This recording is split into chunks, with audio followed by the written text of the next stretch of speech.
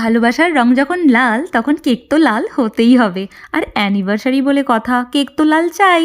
আপনারা হয়তো অনেকেই এই কথাটা আমার ভিডিওর মধ্যে কম বেশি শুনেছেন, কিন্তু কি করি বলুন তো, যখনই আমি কোনো লাল কেক বানাই, তাও আবার অ্যানিভার্সারির জন্য, ভয়েস ওভারের সময় কিন্তু বারে বারে এই কথাটাই আমার মনে পড়ে। যাই হোক, ডায়লগ ছেড়ে এবার একটু কেকের কথায় আসা যাক। কেকটা হচ্ছে একটা anniversary special black forest cake, আর কেকটার ওয়েট হচ্ছে 1 পাউন্ড। তো 1 পাউন্ড মানে আমরা সবাই জানি কিন্তু 453 গ্রাম, বাট আমি যে কেকগুলো বানাই সেগুলো কিন্তু 500 550 ওপরেই হয়ে যায়। এখন যে কেকের উপর আমি ডিজাইনটা করছি, এটা কিন্তু কোনো চকলেট সিরাপ না, নিউট্রাল জেলের সাথে ব্ল্যাক আর হোয়াইট কালার মিশিয়ে কিন্তু এটা করেছি। আজকে রোজ বানানোর ক্ষেত্রে আমি কিন্তু কোনো কালার ইউজ করিনি, কারণ আজকে আমি ইউজ করতে চলেছি পাউডার স্প্রে কালার। এখানে আমি ইয়েলো কালারের পাউডার স্প্রে কালার নিয়ে নিয়েছি, তারপর এইভাবে আমি ইয়েলো কালার রোজটা বানিয়ে দিয়েছি। আর এখানে আমি কেকের উপর যা কিছু ইউজ করেছি সবই কিন্তু খাওয়া যাবে, কালার, স্প্রিঙ্কলস সব। তো কেকের ডিজাইনটা কেমন লেগেছে জানাতে ভুলবেন না। দেখা হচ্ছে নেক্সট ভিডিওতে।